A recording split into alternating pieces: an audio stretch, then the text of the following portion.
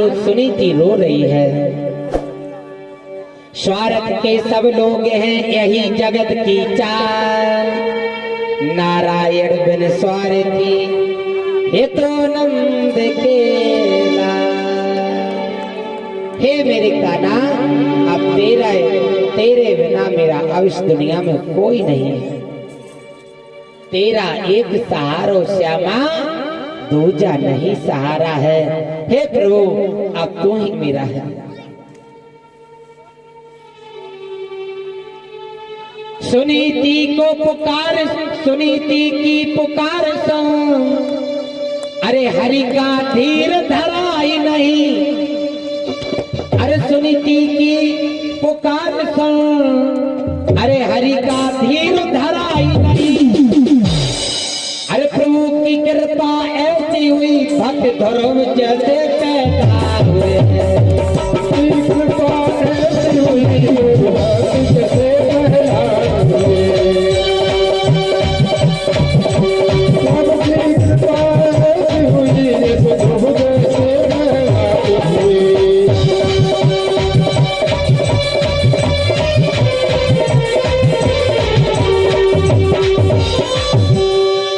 आज महाराज उत्तान पाद एक बार शिकार खेलने के लिए जाते हैं। शिकार खेलते खेलते रात के 12 बज जाते हैं। महाराज लौटकर के जैसे क्या सुरुचि के लिए नींद नहीं आती है। सुरुचि जान गई कि हो ना हो हमारे पतिदेव जेठी रानी के पास समय व्यतीत कर रहे हो। द्वारपालों से कह दिया, हे द्वारपालों, दरवाजे बंद करके रखना। अगर उत्तान पाद को यदि आपने महल में आने दिया तो मैं आपको कड़ी से कड़ी सजा दूंगी। आज उत्तान पाद शिकार खेल करके वापस लौट के आते हैं। द्वारपालों ने महल में नहीं जाने दिया। उत्तान पाद ने कहा, हमको महल में क्यों नहीं जाने दे रहे हो? कहने लगे, हे राजन, तुम्हारी पत्नी का आदेश है। रानी ने आदेश दिया है कि राजा को अंदर मत आने देना। क्रोध हो गई है। उत्तान पाद के आंखों से आंसू बहन पड़े और कहने लगे, आज मैं सुरुचि के साथ में विवाह करके आज मैं पछता रहा हूँ। रोकर के अपनी जेठी रानी के पास चले गए। रानी ने देखा कि हमारे स्वामी आ गए हैं। तुरंत रात्रि का समय था, आधी रात्रि थी। महाराज रानी ने लोटा में जल लेकर के पति के चरण धोए और थाली सजा करके आरती की और कहने लगी कि हे स्वामी, आज हमारे बड़े भाग्य हैं कि जो कि आपने हमारी कुटिया को पवित्र कर दिया है। कई वर्षों के बाद आपने हमको दर्शन दिए। आज राजा उत्तान पाद सुनीति के आंसू पहुंच रहे हैं। रो मत। राजा उत्तान पाद कहते हैं, देवी, ये भाग्य का खेल है और ये तुम्हारे भाग्य में दुख लिखा था, इसलिए दुख को सहो और भगवान का भजन करो, वही आपके कलेश को काटेंगे। उसी रात्रि में राजा उत्तान पाद जेठी पत्नी के पास रुक गए और उसी रात्रि में सुनीति गर्भवती हो जाती है। देखिए, जिनके एक भी संतान नहीं हुई और जब परमात्मा ने कृपा करी, आज उत्तान पाद रात्रि में रुकते हैं और उत्तान पाद के लिए बेर, मकोरा, सीताफल, आम के फल तोड़ करके लाते हैं। राजा उत्तान पाद प्रसाद पाते हैं। क्यों? सुनीति के लिए सुरुचि ने जौ का आटा दिया था कि जौ के आटे की रोटी बना करके खाएगी।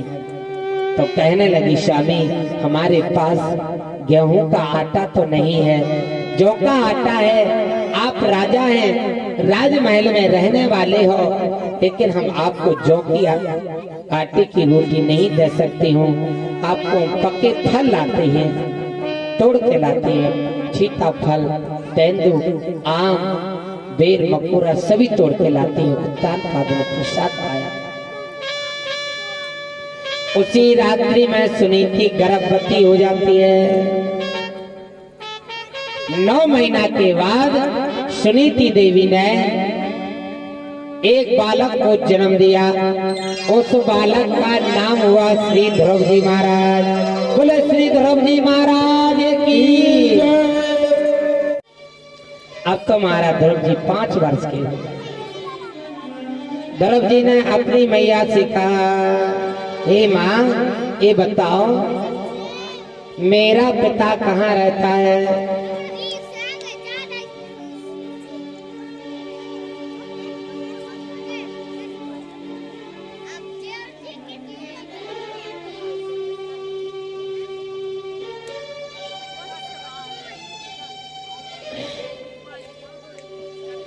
हे मैया, मेरा पिता कहाँ रहता है? माता सुनीति ने कहा, बेटा तुम्हारा पिता तो राजमहल में रहता है। मैया, फिर इस घास की झोपड़ी में हम कैसे? कहने लगे, बेटा तुम्हारी छोटी माँ ने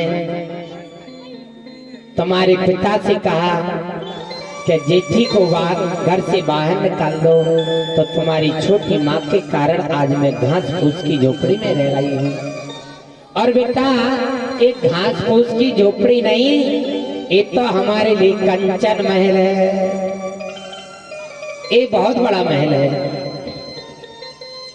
मैया, जब से हमारा जन्म हुआ तब से आज तक हमने अपने पिता के दर्शन नहीं किए। मैया, यदि आपकी आज्ञा हो तो अपने पिता के दर्शन करे आऊं। आज ध्रुव जी माँ के कहने से आज ध्रुव जी उत्तान पाद के महल की ओर चल देते हैं। महल में जाते हैं। उत्तान पाद महाराज अपने ओली में छोटी रानी के पुत्र को गोदी में बैठा ले। और जैसे कि ध्रुव जी को देखा, उत्तम को गोद से अलग कर दिया और ध्रुव जी को गोदी में ले लिया और हाथ फेरने लगे, बेटा जब से तुम्हारा जन्म हुआ तब से आज तक तुम्हारी बेटा दर्शन नहीं किए। बड़ा सुंदर है मेरा लाल।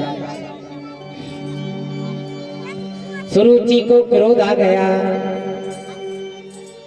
सुरुचि को क्रोध आया और ध्रुव जी का हाथ पकड़ के पिता की गोद से अलग कर दिया, जमीन पर पटक दिया। ध्रुव जी रो पड़े। अरे ओ मौसी मेरी, मैया मेरी, अरे क्या पिता हमारा नहीं लगता? हे मौसी इतना पता, क्या कसूर हम पर बन गया?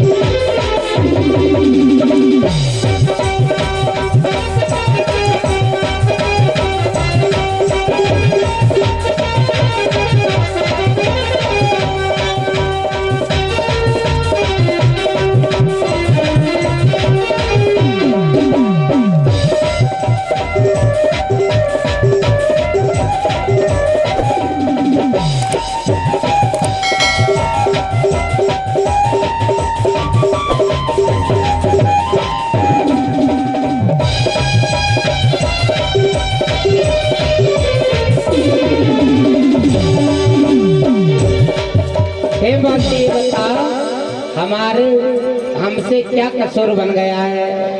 सुरुचि ने कहा, हे ध्रुव, ये तेरा पिता नहीं, ये उत्तम का पिता है। कहने लगे, छोटी माँ बताओ ये मेरा पिता क्यों नहीं? मेरी मैया ने तो कहा है कि राजा मेरा पिता है, परंतु ये मेरा पिता क्यों नहीं? ये तो माँ को पता होता है कि बेटा किसका है। मेरी माँ ने कहा तुम्हारा पिता राजमहल में रह रहा है, पर हमारा पिता क्यों नहीं? सुरुचि ने कहा, हे ध्रुव, तुम जाओ पहले भगवान का भजन करो, भगवान तुम्हारी भक्ति पर प्रसन्न हो जाएंगे तो तुम भगवान से वरदान मांगना कि सुरुचि के गर्भ से मेरा जन्म दो, और जब तेरा जन्म मेरे गर्भ से हो जाएगा तब तुम अपने पिता की गोद में बैठ पाएगा। ये सुरुचि ने कहा।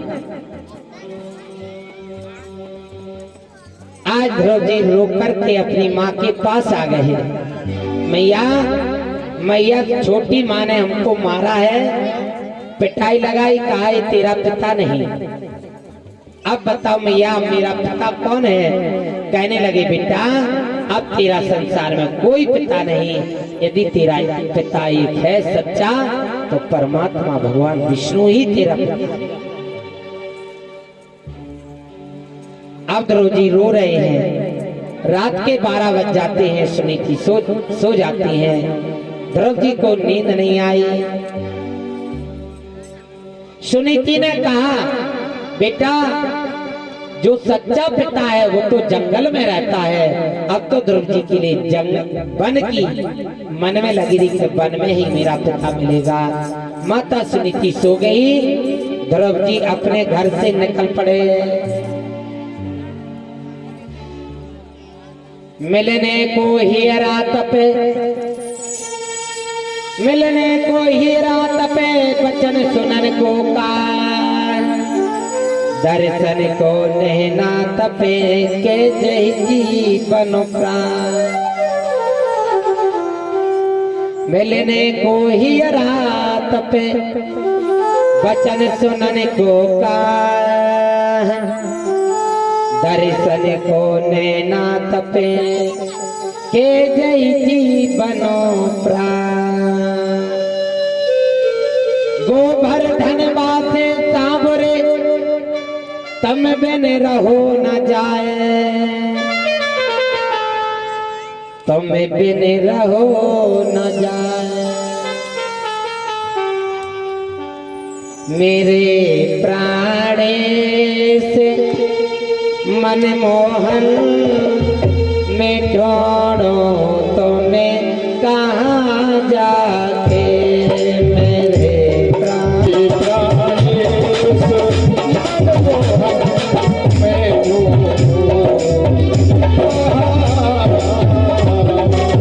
बोली भक्तवत्सल भगवान की, बोली श्री ध्रुव जी महाराज की।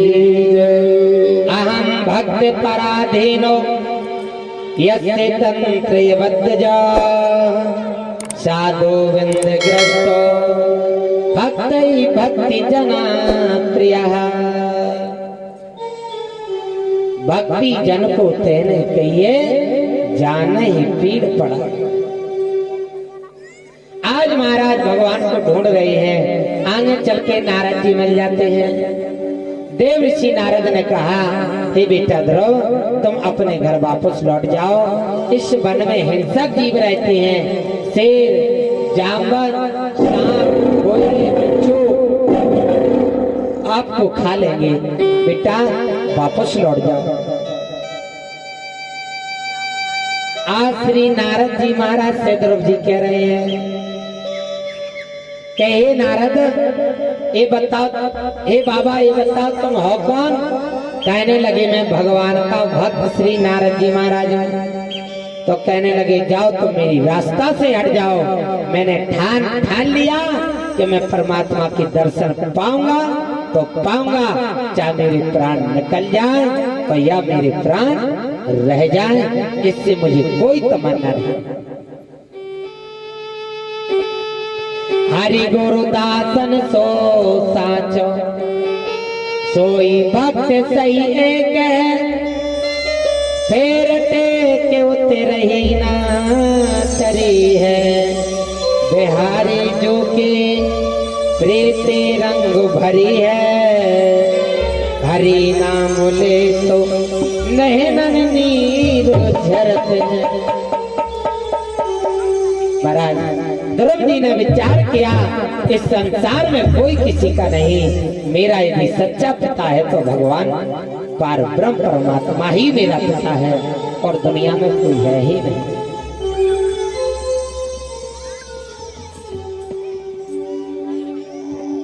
ध्रुव जी रोते हैं।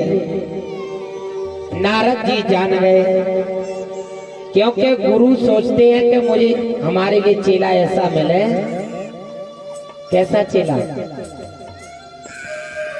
गुरु सोचते हैं कि हमको ऐसा चेला मिले कि जिस चेला के द्वारा मेरा नाम हो। और शिष्य विचार करता है कि मुझे गुरु ऐसा मिले कि ऐसा गुरु मुझे मिल जाए कि जो कि परमात्मा के साक्षात दर्शन करा दे। गुरु वही साचो कहे जो जाको हरि सो मिलावे, पंजा करे बाहिना पसारे, गुरु वही साचो कहे। और आजकल के गुरु कैसे है महाराज? हमारे अमरोद वाले राव साहब भी सुन रहे हैं। आजकल के गुरु कैसे हैं? द्वारे द्वारे गुरु आखरे, हमसे दीक्षा लो, अरे तुम डूबो चाहे मरो, हमें दक्षिणा दे। द्वार द्वार गुरु आखरे, हमसे दक्षा लो, तुम डूबो चाहे मर जाओ, हमें दक्षिणा। महाराज, गुरु वही सच्चा है जो चेला से आस नहीं करे। चेला से ये नहीं कहे कि हम दक्षा जब दे जब तुम 5000 दो। पूछी जाए गुरुजी दक्षा लेने का लगेगा, तो कहते हैं 1000 की धोती, 1000 भाई चौड़ी किनारे, 700-800 रुपया को कपड़ा कुर्ता के लिए, और कम से कम ज्यादा नहीं तो 1100 रुपया होना चाहिए। क्या कपड़ों से दक्षा मानी जाती है क्या? आज ध्रुव जी के पास क्या है? कुछ भी नहीं है। फिर भी नारद जी ने कहा बेटा भगवान ऐसे नहीं मिलेंगे। कैसे मिले? जान गए नारद ये भगवान का परम भक्त है, तो जान गए कि परमात्मा की प्राप्ति कर सकता है। आज गुरु मंत्र दे दिया। बेटा एक काम करो, कान कर लो, कान को मैं फूंक दूं और तुमको गुरु मंत्र में दे दूं। ध्रुव जी को गुरु मंत्र दे दिया। ओम नमो भगवते वासुदेवाय, ओम नमो भगवते वासुदेवाय। इस मंत्र का ये मंत्र दे दिया। अरे गुरु मंत्र के लिए ना कपड़ों की जरूरत, ना पैसों की जरूरत, खाली नारियल और सुपारी की जरूरत। नारियल हो, सुपारी और एक जनेऊ हो, गुरु के लिए यही लगता है। वो बात तो चेला की मर्जी है कि गुरु को क्या लेना है। चेला 400 कपड़ा ले दे, पैसा टका दे दे, लेकिन मांगना नहीं चाहिए कि कपड़ा लगे, 1100 रुपया लगे। ये नहीं होना चाहिए। नहीं फिर गुरु दीक्षा का भी महत्व नहीं होता है।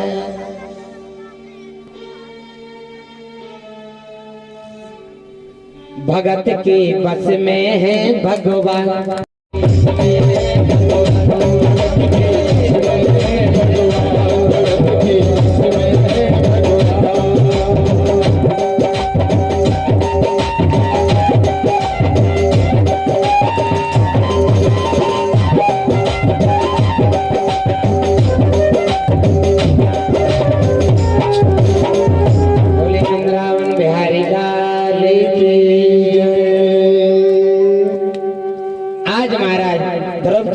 मंत्र का जाप करते करते आज जमुना जी के किनारे तक पहुंच जाते हैं।